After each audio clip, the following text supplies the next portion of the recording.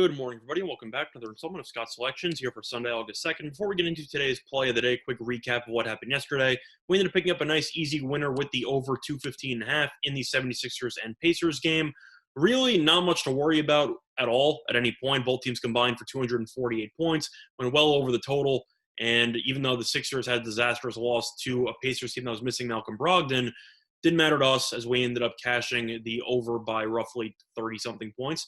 So based on that, nice way to, cap off the Saturday. But we're going to be sticking with the NBA here on Sunday. We're going to be sticking with totals in the NBA, which continue to go over the total with the exception of Toronto and the Lakers. And we're going to be sticking with the trend, and we like the over in the Spurs and Grizzlies game, and that one is available at 235.5. The over being at minus 110 on Fox Bet. Now, a couple reasons why I like the over in this spot. Even though this seems like a pretty high total, it is not if you've looked at the results that these teams have had in matchups against each other this season. Each of the last two meetings have combined for at least 255 points. So these two teams, when they play, tend to score a ton of points, and I expect this game to get into the 240s and potentially even the 250s once again, based on the pace that both teams are playing at.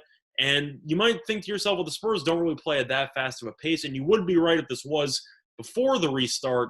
However, the Spurs, once LaMarcus Aldridge ended up being ruled out for the year, ended up deciding to change their identity a little bit, and they decided to give more playing time to the young guys. If you look at the Spurs lineup that they ran out against the Kings in the first game since the restart, the Spurs starting lineup was DeJounte Murray at the point guard, Lonnie Walker at the shooting guard, Derek White at the 3, DeMar DeRozan at the small forward, and Jakob Poeltl at the 5.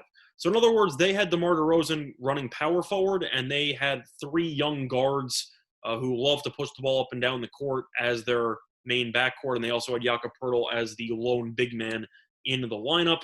And Memphis has always played at a fast pace all season long ever since they got John Morant in the draft, and they should continue to play at a fast pace. Their game against the Trailblazers on Friday, despite being a fantastic game, which totaled 270-something points, actually totaled in the 240s in regulation. Both teams totaled at least 248 points in regulation in their last game.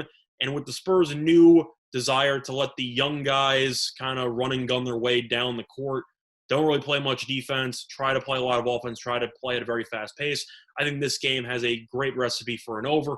And for that reason, I think that this line should close somewhere closer to, I'd say 238, potentially to 240, because as you've seen in the NBA, there's been a lot of steam to these overs, and this steam has not stopped.